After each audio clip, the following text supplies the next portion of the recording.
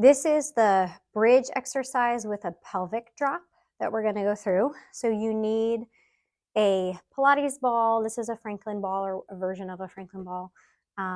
It's just air. There's no weight to it, and it's pliable and squishy. If you can find a good old-fashioned kids ball at the dollar store, I'm not sure if they still sell them about this size, that works perfectly as well. So you're going to start on your back.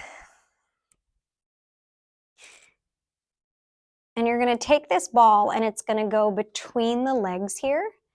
And the purpose of the ball is just to keep us honest with our alignment. It's not to aggressively activate your inner thigh muscles. So you're not going to be squeezing tremendously on this ball. So go ahead and just place that ball between your legs. My inner thighs are really not doing much. Like they're activated a little bit, but not much.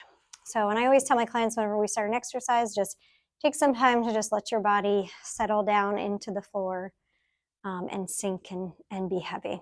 So this exercise starts with just a bridge, and this can be a low bridge, a medium bridge, or a full bridge. Okay, so you could do this exercise regardless of the level in which you're doing your bridge at. So I always help my clients inhale, fill your belly, let your abdominals stretch and relax. Exhale, zip them up. Press your heels down into the floor to wrap and engage your glutes.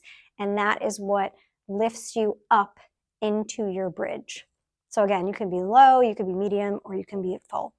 So I do feel my inner thighs working to engaging to hold the ball here and keep, it's in order to keep your thighs parallel and in line with your hips. Oftentimes when we're doing exercises, I'm going to take this ball out a second, our knees can start deviating out to the side without us knowing it. So it's just to keep you honest there with the alignment. So I'm just going to put that back. From there, once you're in your bridge, you're going to drop one side of your pelvis down to the floor, and you could think about the slightest bit of reaching of the opposite leg, okay? And then it comes back up to level. So we're dropping one side of the hip and pelvis down to the floor, very small amount, maybe just about an inch, and then you engage your glute to draw that hip and pelvis back up to level. So the pelvis, you have these two bony protuberances here right in the front called your ASIS, okay? So they're the bones that stick out. If you picture it like a steering wheel, the steering wheel is just dropping down on one side and the other side's staying where it's at, and then it comes back up. Well, it's not really staying where it's at. It's going the opposite direction, but you're dropping down and the other side is reaching a little bit in order to create that length and then coming back up. What you want to try to avoid is the side that is dropping down. You want to make sure you're staying in this diagonal plane here. You're not dropping the side down and hiking that hip up. That will cause you to overwork a muscle in your back that we're not trying to have as part of this equation. So again, your hips are up and you're just going to drop one side down, small amount. Press your glutes to bring it back up to level. Drop one side down, press your glute to bring it back up to level. And you're just going to alternate sides. Everybody's point of fatigue is going to be a little bit different.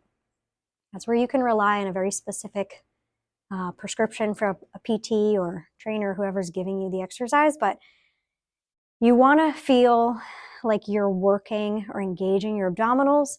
And I feel a lot of work for me happening through my glutes and my upper hamstrings because I'm statically up here and I'm just creating a little bit of kind of an off-on of my glutes as I'm doing this. It's a lot of muscles working to do this. It's a great stability exercise. You get some spinal stabilizers kicking in with this. But you're working that end range if you're at the full, hip extension, which is pretty crucial for good functional movement. But you also, as I said, can do this lower down in your bridge as long as you're maintaining kind of length through your tail and you're engaging through the front here. And it just feels different. There's definitely a different type of load happening if you're doing it high versus low. Okay, so go to fatigue, not failure, but fatigue.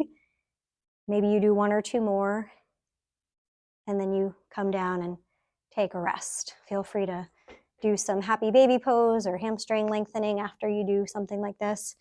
Again, the purpose of this exercise is to get muscles firing in a proper sequence, to get them to turn off and on. It's not to bring anything to failure. This is neuromuscular re-education.